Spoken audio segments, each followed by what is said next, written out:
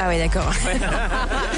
On en est là, quoi. T'es retenu de rire comme ça, te fait rire Audrey, ce genre de blague, non? Allez, on va passer aux infos. Oui, rendez-vous avec la rédaction à Aline Jacobs. Bonjour Aline. Bonjour Gaëtan, bonjour tout le monde. Il repasse par la case Palais. Encore une fois, Bardewever est attendu chez le roi ce matin. Il va faire un nouveau rapport de sa mission de formateur. Sans surprise, Bardewever devrait confirmer que les négociations pour former un gouvernement fédéral prennent du retard. Et sans surprise, il devrait être prolongé pour tenter de conclure un accord entre les 5 partis qui négocient, à savoir la NVA, le MR, le CDNV, les engagés et Voreut.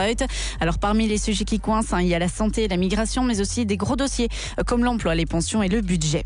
Il faut renforcer l'Ukraine, l'aider encore plus dans sa guerre face à la Russie. C'est le message que les Européens ont voulu faire passer lors d'un sommet des 27 à Bruxelles.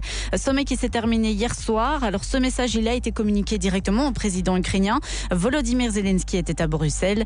Concrètement, les 27 pays membres de l'Union européenne demandent une intensification d'urgence des efforts, notamment en ce qui concerne la livraison de systèmes de défense aérienne, de munitions et de missiles, ainsi que pour la formation et l'équipement des brigades ukrainiennes.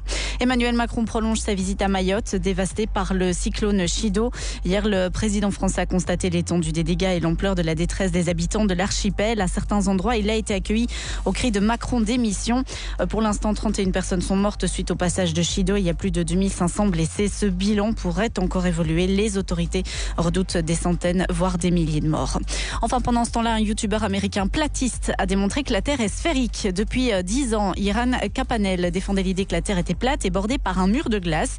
Il a donc dépensé 35 000 € pour voyager en Antarctique et prouver que le soleil de minuit n'existe pas. Seulement voilà, confronté à la réalité du phénomène, eh bien, le youtubeur a finalement réalisé que la Terre était bel et bien sphérique. Selon France Info, quelques 16% des Américains et 9% des Français seraient persuadés contre toutes les démonstrations scientifiques que la Terre est plate. Quand on te le dit, Jackie.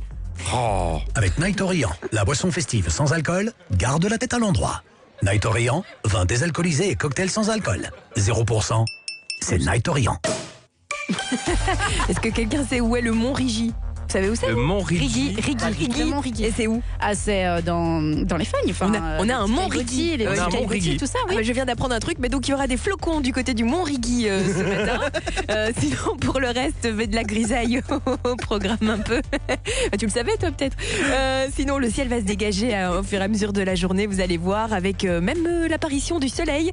Il fait plutôt frisquet, par contre, ce matin, puisqu'on est entre moins 1 et 5 degrés maximum. Dans l'émission aussi, on vous apprend plein de choses à part le Mont Rigi.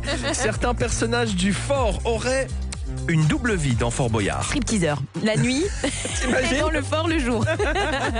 Quels sont les albums que vous avez hâte d'écouter à Noël? On en reparle aussi. On va jouer au jeu de la cacahuète. Vous allez pouvoir repartir avec votre jeu de société 2 pommes, 3 pains.